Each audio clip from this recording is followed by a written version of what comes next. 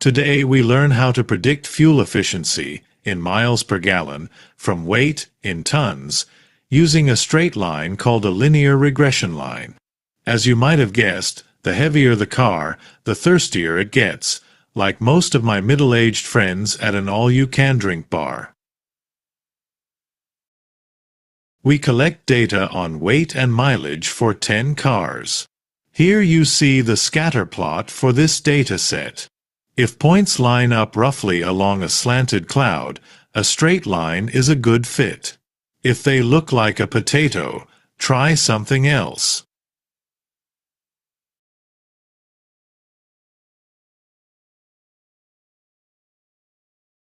Here's the regression model. The straight line part gives the systematic trend, while the error term captures the unpredictable stuff that makes real data messy. Basically, it's prediction plus wiggle room. Think of it like planning a road trip. The line is your route. The error is all the bathroom breaks you didn't schedule.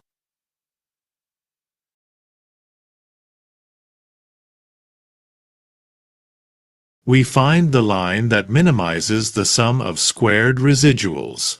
Squaring makes sure positives and negatives don't cancel, and it punishes big mistakes more heavily. It's like professors grading late assignments.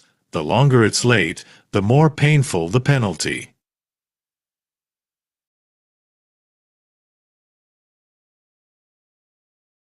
Think of each dashed line as an oops. There is one unique line with the smallest and most harmless grand total of squared oops. That's what we call the best fit. Thanks to brilliant mathematicians, we don't have to guess. The formulas in previous slide provide the slope and intercept for this magnificent line.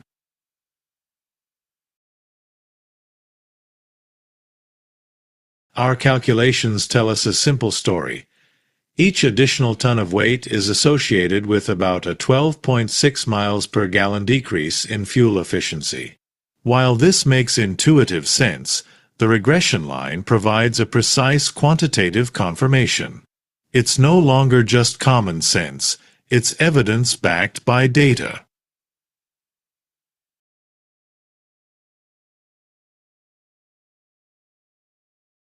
The coefficient of determination is 0.983. This means almost all of the variation in fuel efficiency is explained by the variation in car weight. In other words, the line captures the story exceptionally well, leaving very little unexplained. Of course, in the real world, data is rarely this cooperative.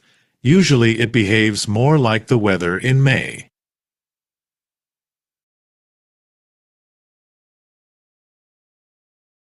Here you can see a scatter plot along with the line of best fit. Hopefully this will convince you to buy a lighter car. Or if you're really serious about MPG, trade in for a bicycle. Infinite MPG plus free cardio.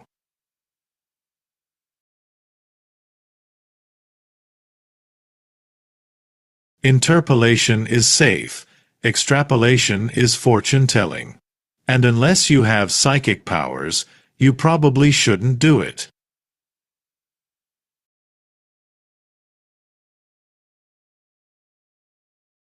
Residuals are scattered randomly around zero, a good sign for a linear model.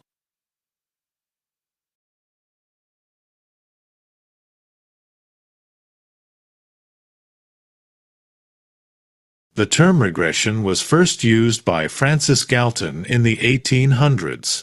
He was studying human height and saw that extreme values tended to pull back toward the average in the next generation. It makes sense if you think about it. What would happen if tall fathers had even taller sons, and short fathers had even shorter sons? Within a few generations, we'd end up with giants and hobbits walking around. Regression to the mean is nature's way of keeping human height distribution normal and bell-shaped.